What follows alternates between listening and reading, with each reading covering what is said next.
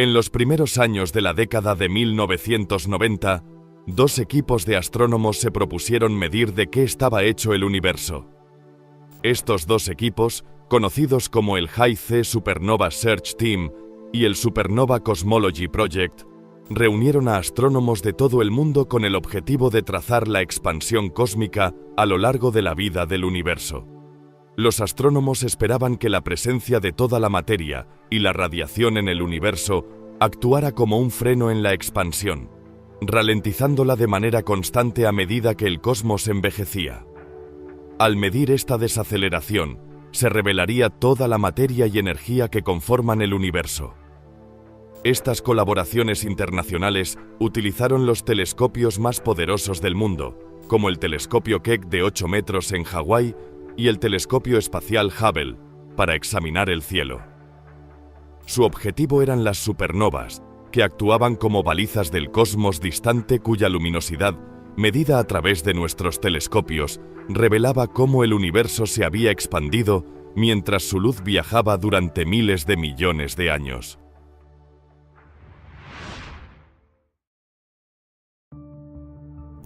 Pero los astrónomos estaban a punto de recibir una gran sorpresa. Nuestro universo no se está desacelerando, se está acelerando. Después de buscar repetidamente fallos en sus observaciones y revisar sus cálculos, presentaron sus conclusiones a un mundo asombrado. Para explicar esta expansión acelerada, había algo más en el universo, algo inesperado que impulsaba al cosmos a moverse cada vez más rápido. Y aunque debía haber cantidades inmensas de esta cosa para que el efecto ocurriera, permanecía y sigue permaneciendo completamente invisible para nuestros telescopios. Lo que sea que esté ahí, entre las estrellas y galaxias, acelerando la expansión, es verdaderamente oscuro. Este resultado les valió a los líderes del experimento, Brian Schmidt, Saul Perlmutter y Adam Riess, el Premio Nobel de Física en el año 2011. Y este descubrimiento de la energía oscura llegó al final de un siglo tumultuoso. Los astrónomos habían descubierto que nuestro Sol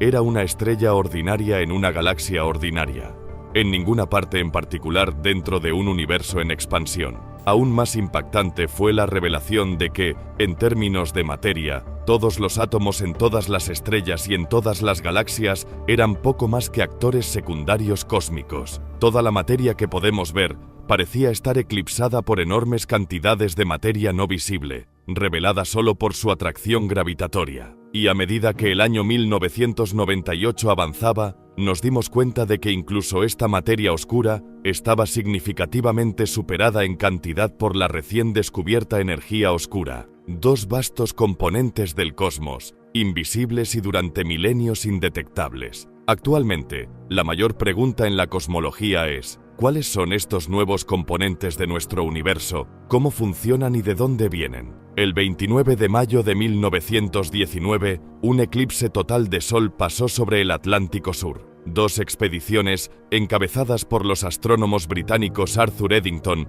y Frank Dyson, se dirigieron a observar este fenómeno. Un equipo se dirigió a Brasil, el otro a África Occidental. Las expediciones se enfrentaron a problemas, desde instrumentos defectuosos hasta un clima que se negaba a cooperar. En la isla de Príncipe, frente a la costa de África, el eclipse estaba previsto para las 2 de la tarde. Pero durante toda la mañana Eddington había estado sentado bajo una lluvia torrencial, sin que el sol asomara desde detrás de las nubes hasta media hora antes del eclipse. Las nubes continuaron cruzando el cielo incluso cuando se oscurecía. Eddington se mantuvo ocupado cambiando placas fotográficas en el telescopio, solo mirando brevemente uno de los espectáculos más espectaculares de la naturaleza. ¿Sería la observación un fracaso? ¿Todo este esfuerzo habría sido en vano? Unos días después, Eddington tuvo su respuesta, y nuestra imagen del universo cambió para siempre. El titular en el New York Times proclamaba: "Luz doblada en los cielos", y el poco conocido Albert Einstein se convirtió en el científico más famoso del mundo. 4 años antes, durante los turbulentos años de la Primera Guerra Mundial, Einstein había publicado su teoría general de la relatividad, la culminación de una década de arduo trabajo. La relatividad nos ofreció una nueva imagen de la gravedad, reemplazando las fuerzas de Newton con un espacio-tiempo maleable.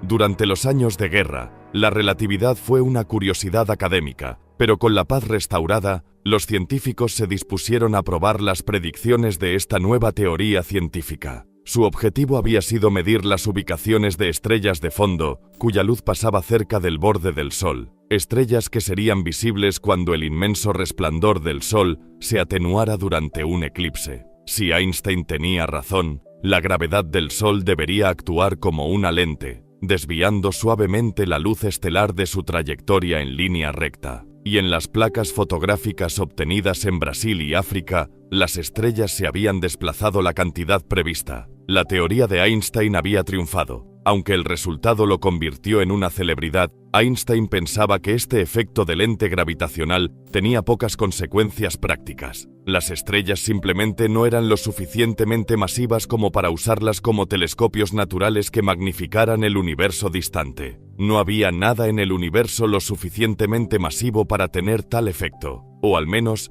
hasta donde él sabía. En la década de 1930, el astrónomo Fritz Zwicky trabajaba en el Instituto de Tecnología de California. Zwicky era un científico brillante con una personalidad espinosa, combinando geometría y profanidad. Se refería a sus enemigos como bastardos esféricos, insinuando que lo eran sin importar desde qué ángulo se les mirara. Pero como pensador original, la mente de Zwicky vagaba por los misterios del universo. Acuñó la palabra supernova para describir inmensas explosiones estelares y se dio cuenta de que una remanente superdensa conocida como estrella de neutrones quedaría entre las cenizas. Y en 1933, Zwicky estaba centrado en el cúmulo de Coma, ubicado a 300 millones de años luz de distancia. Coma es inmenso y alberga miles de galaxias individuales. Esto fue apenas una década después de la realización de que la Vía Láctea no estaba sola en el universo, y numerosas otras galaxias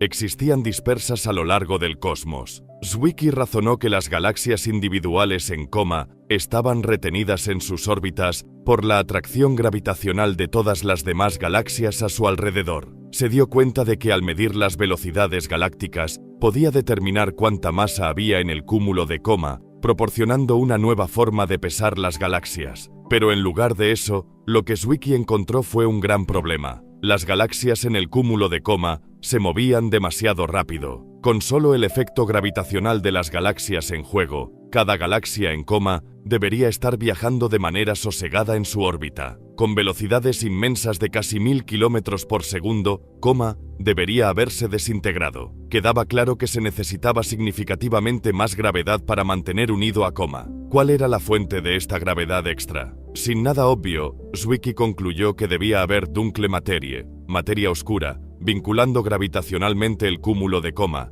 y tenía que haber mucho más de esta materia oscura que de las estrellas que podíamos ver. La realización de Zwicky de que gran parte de la masa del universo era oscura fue impactante. Inmediatamente surgieron preguntas. ¿Cuánto había? ¿De qué estaba hecha? ¿Y cómo podíamos medirla? El descubrimiento de Zwicky debería haber encendido al mundo de la astronomía, pero en cambio, hubo silencio. Quizás debido a su estilo brusco, esta noción de materia oscura quedó enterrada en las páginas de revistas científicas. Y durante las siguientes décadas, los astrónomos tuvieron un nuevo enfoque: medir la velocidad de expansión del universo. En la década de 1970, hubo nuevos avances tecnológicos, grandes telescopios e instrumentos sensibles para observar los cielos. Y con estos, una nueva generación de astrónomos comenzó a hacer nuevas preguntas sobre el universo. Vera Rubin tenía como objetivo las grandes galaxias espirales, similares a nuestra propia Vía Láctea.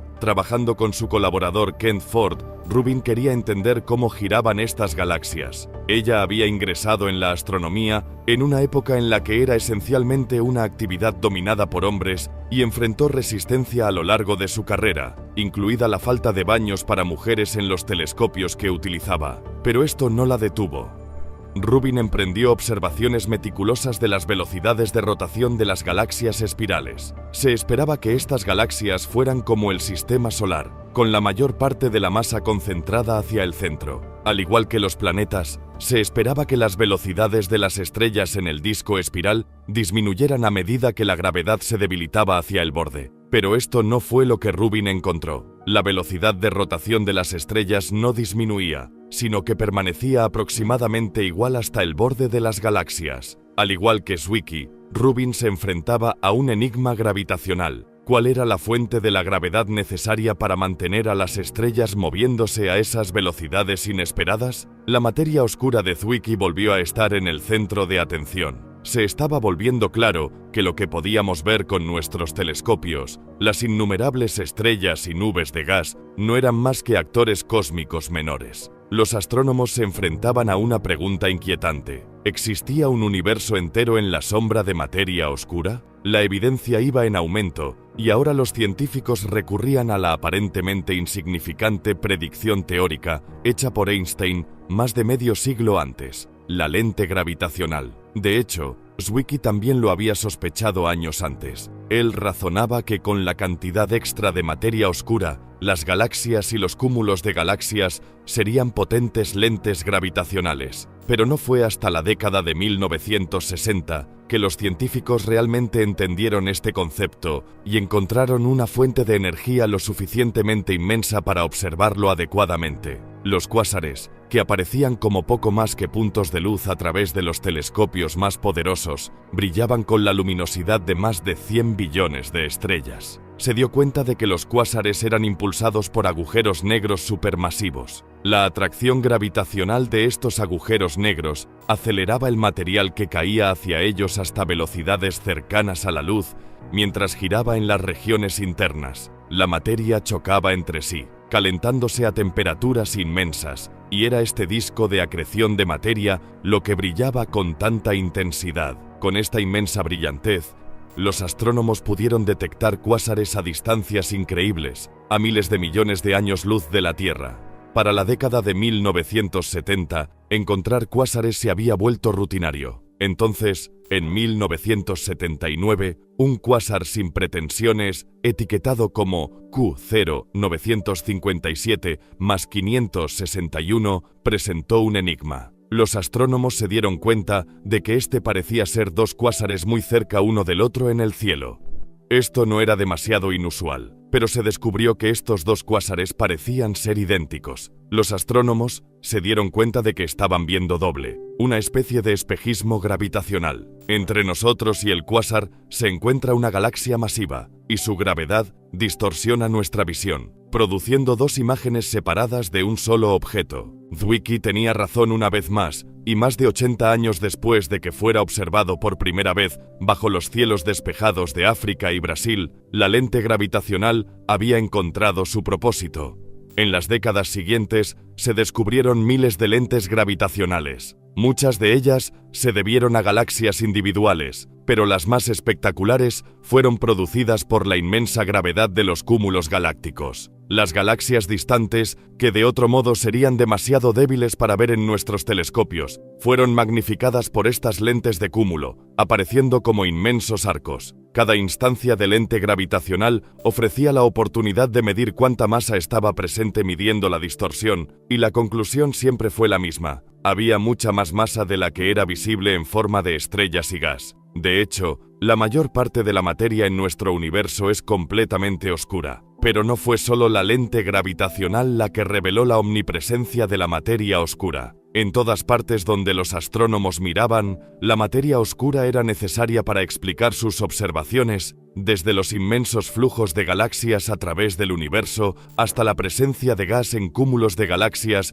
que había sido comprimido gravitacionalmente por la materia oscura. La materia oscura estaba en todas partes y dominaba las atracciones gravitacionales del cosmos. Finalmente, nos dimos cuenta de que había dado forma a nuestro universo, el gran escultor. Al mirar hacia el cielo nocturno, el negro está lleno de estrellas. Algunas forman patrones, y durante milenios, la humanidad ha interpretado formas a partir de estos arreglos, creando significados de su disposición. Desde los antiguos egipcios hasta los incas, estas constelaciones han capturado nuestra imaginación, pero detrás de estos patrones simples acechan cúmulos complejos, increíblemente enormes, a muchos miles de millones de años luz de distancia, con miles de millones de estrellas y galaxias dentro de ellos. En la década de 1970, los astrónomos comenzaron a trazar la ubicación de las galaxias.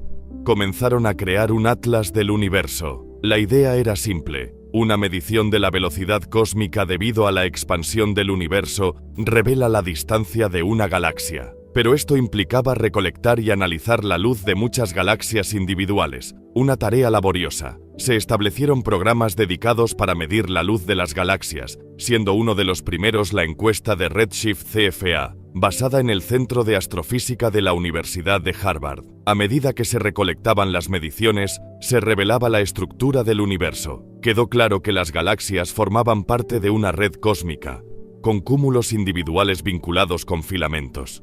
Incrustados en esta estructura, había regiones enormes y vacías conocidas como vacíos, dándole al universo una apariencia de esponja. A mediados de la década de 1990, dos astrónomos, John Huchra y Margaret Geller, habían analizado la luz de 18.000 galaxias. Etiquetaron inmensas estructuras como el Gran Muro y el Stickman, cada una compuesta por miles de galaxias. Las encuestas más modernas, como la encuesta de Redshift 2DF y la encuesta de los cielos digitales de Sloan, han mapeado más de 1 millón de galaxias, revelando cúmulos, filamentos y vacíos a lo largo del universo. Pero esto planteó la pregunta: ¿de dónde proviene toda esta estructura cósmica? Los astrónomos sabían que el nacimiento ardiente del universo en el Big Bang lo había dejado sin rasgos distintivos. El hidrógeno y el helio forjados en los primeros minutos estaban esparcidos uniformemente por el cosmos. Pero subyacente a esto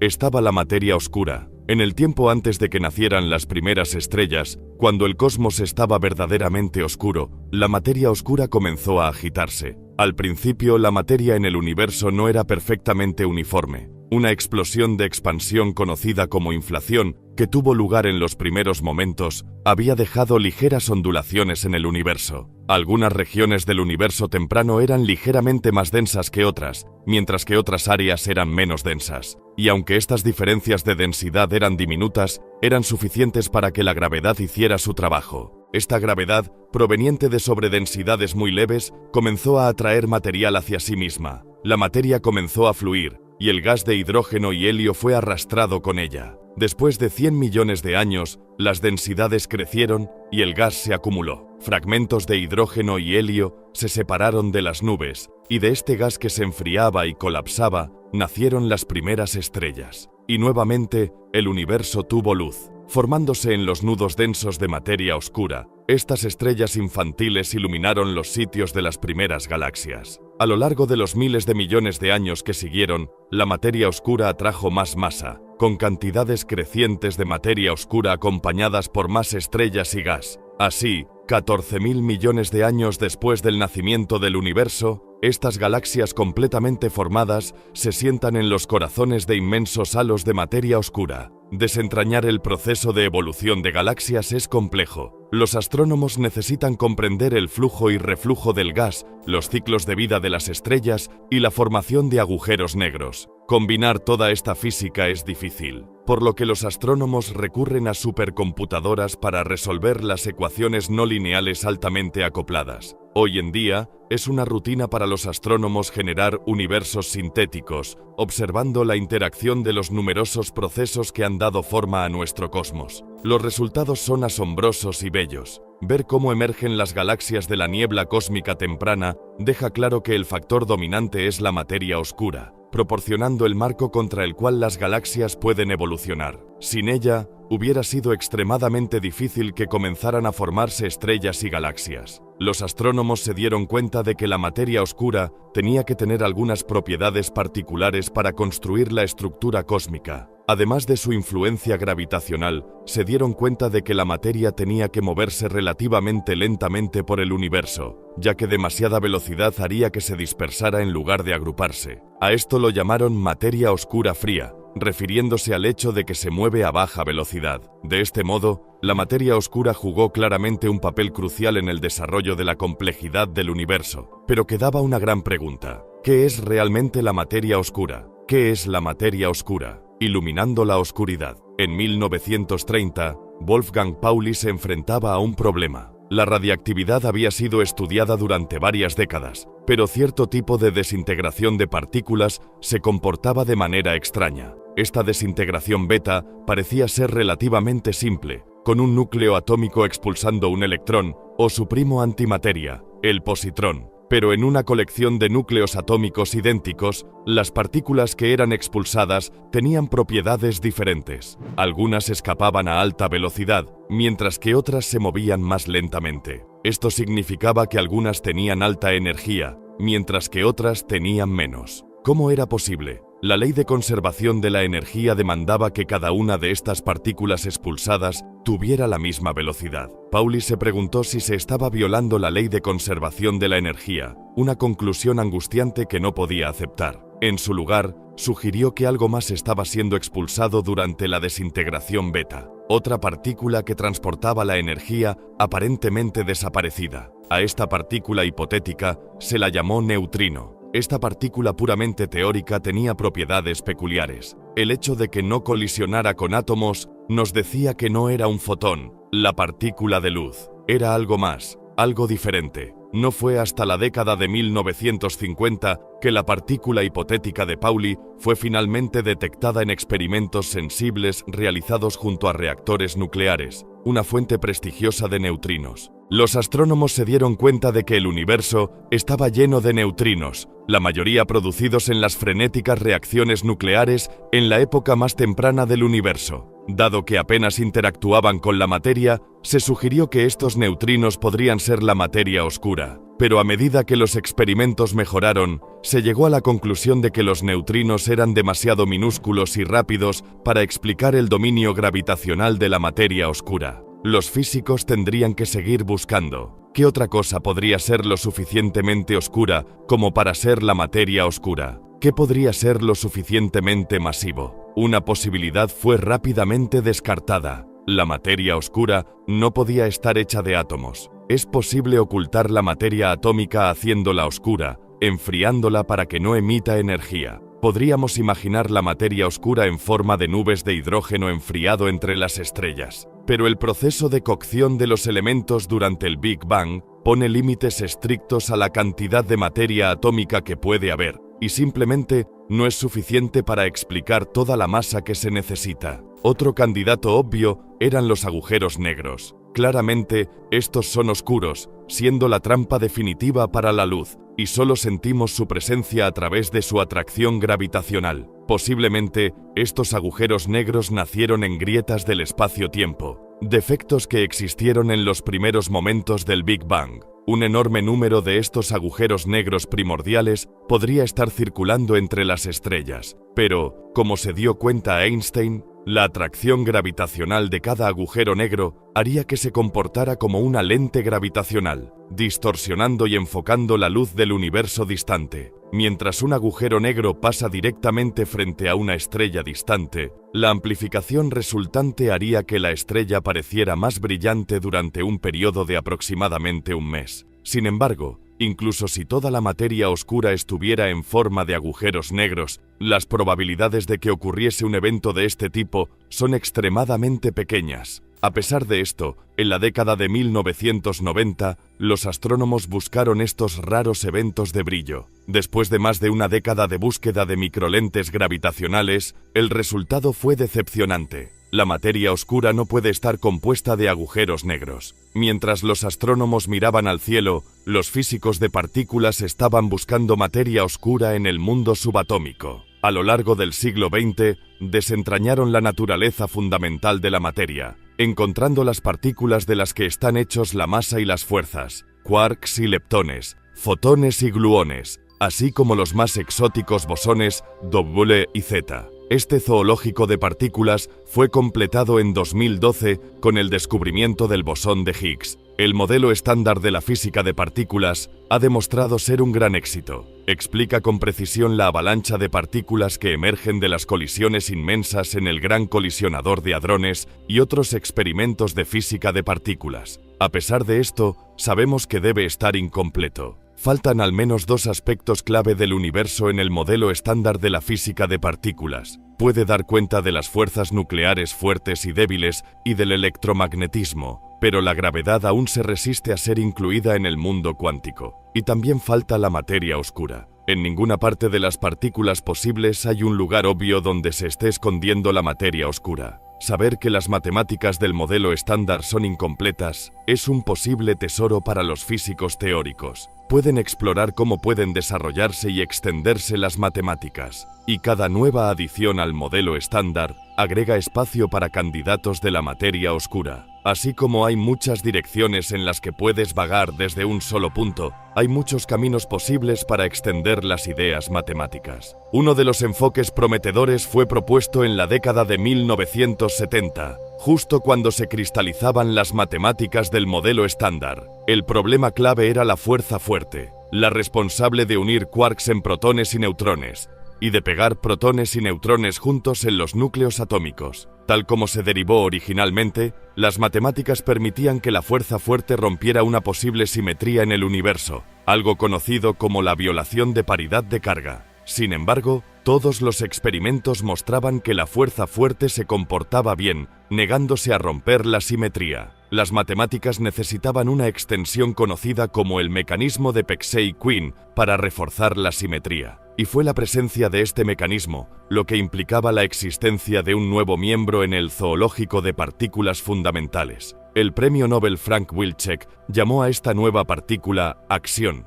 tomando el nombre de un popular detergente porque limpiaba varios problemas en la física. Aunque estos axiones hipotéticamente poseen individualmente una pequeña cantidad de masa, serían extremadamente numerosos y solo interactuarían con la materia atómica muy raramente. Parecía ser un candidato ideal para la materia oscura, pero hasta la fecha no se ha detectado un solo axión en el incontable número de colisiones de alta energía en el Gran Colisionador de Hadrones. A pesar de esto, sigue siendo un posible contendiente. Otros enfoques para extender el modelo estándar de la física de partículas han producido otras posibilidades para la materia oscura. La supersimetría duplica el zoológico de partículas.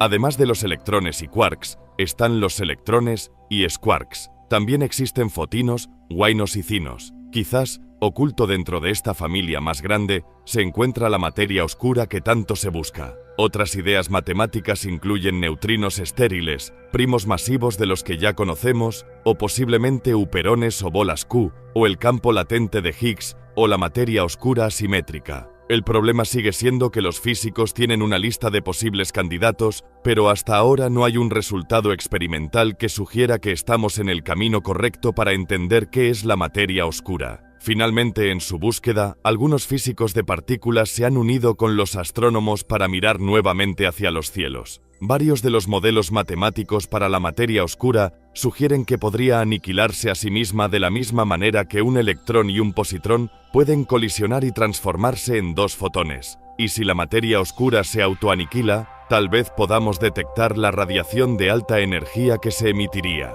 Actualmente, los telescopios están entrenados en las ubicaciones donde creemos que la densidad de materia oscura sería mayor, y existe una señal potencial, un resplandor inesperado de rayos gamma de alta energía proveniente del centro galáctico. Aún no está claro si estos provienen de fuentes astrofísicas mundanas o si podrían revelar el descubrimiento de la materia oscura. Solo el tiempo lo dirá. Aunque la pregunta aún persistía en la frontera de la cosmología, a finales de los años 90 se estaban logrando avances claros con muchas posibilidades abriéndose. La composición del universo se estaba volviendo un poco menos borrosa. Y luego, como a veces sucede en la física, apareció un resultado que trastornó totalmente lo que se había pensado antes. El gran repulsor. Abrimos esta historia con el descubrimiento del otro componente oscuro, la energía oscura, en los últimos años del siglo XX. A medida que se desvanecía el impacto de este descubrimiento,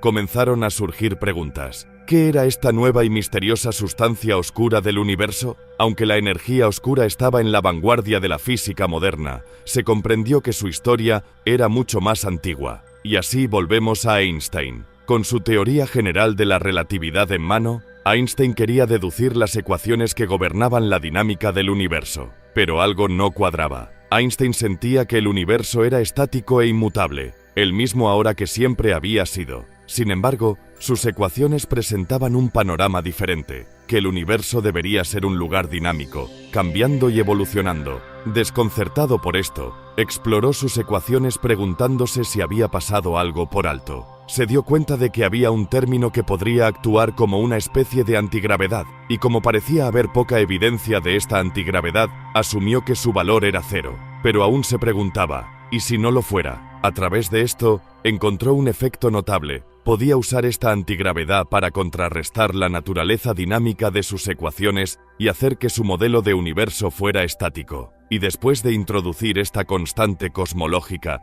y satisfecho consigo mismo, presentó su idea al mundo. Pero no todo el mundo estuvo de acuerdo, especialmente el físico ruso Alexander Friedman. Friedman no tenía preferencia por un universo estático e inmutable, y señaló a Einstein que la idea de un universo dinámico y en expansión era mucho más probable. Inicialmente, Einstein se opuso a la conclusión de Friedman, pero finalmente fue convencido.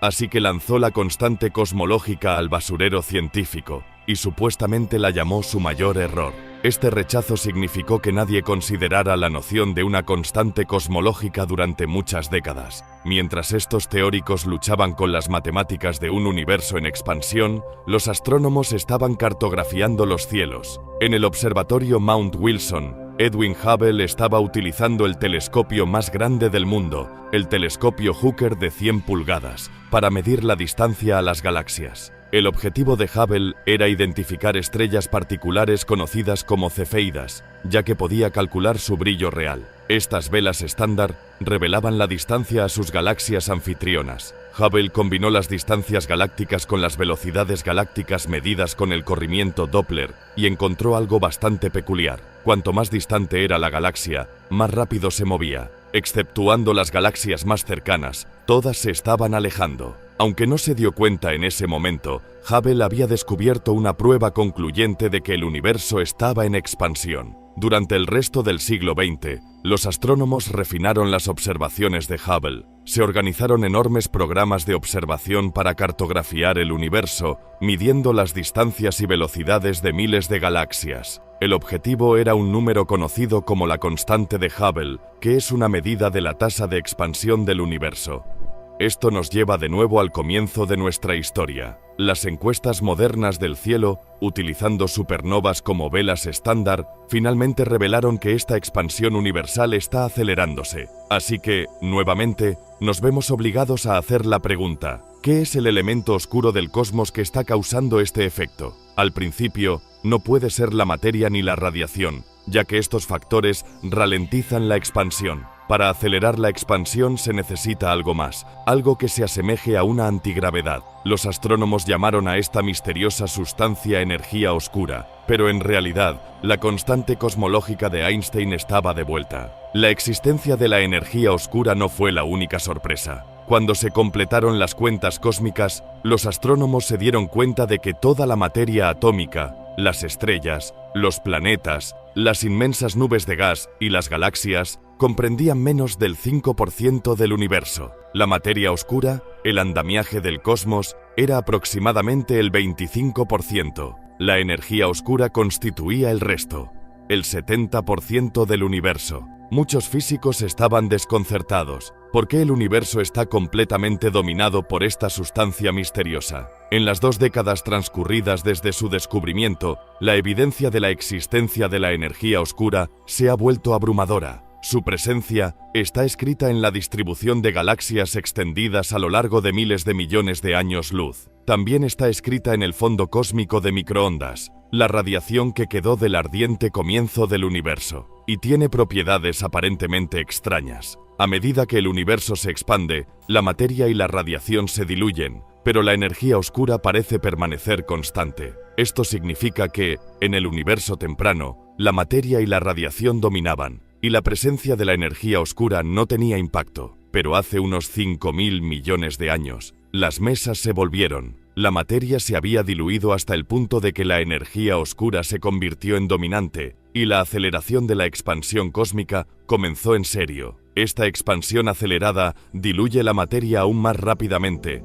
lo que significa que en unos 100.000 millones de años, esta expansión habrá llevado a todas las galaxias fuera de nuestro grupo local, más allá de nuestro horizonte cósmico. Eventualmente, el universo volverá a la oscuridad, y hay algo en la naturaleza que posee una tensión similar, el vacío cuántico. Pero los problemas comienzan cuando los físicos intentan calcular cuánta energía hay en ese vacío fluctuante, ya que su respuesta es simplemente ridícula. La discrepancia entre sus matemáticas y la cantidad de energía observada en la energía oscura difiere en un factor inmenso, 10 elevado a la potencia de 120. Algunos han llamado a esto la peor predicción en toda la física. Pero esto indica que si el vacío es responsable de la energía oscura, tenemos mucho que aprender sobre sus verdaderas propiedades. Y esa es solo una sugerencia. De hecho, con tan pocas evidencias observacionales, proponer ideas sobre la naturaleza de la energía oscura se ha convertido en un terreno fértil para la teoría. Se han propuesto varios campos, algunos distantes, sentados en el fondo del universo y haciendo lo suyo.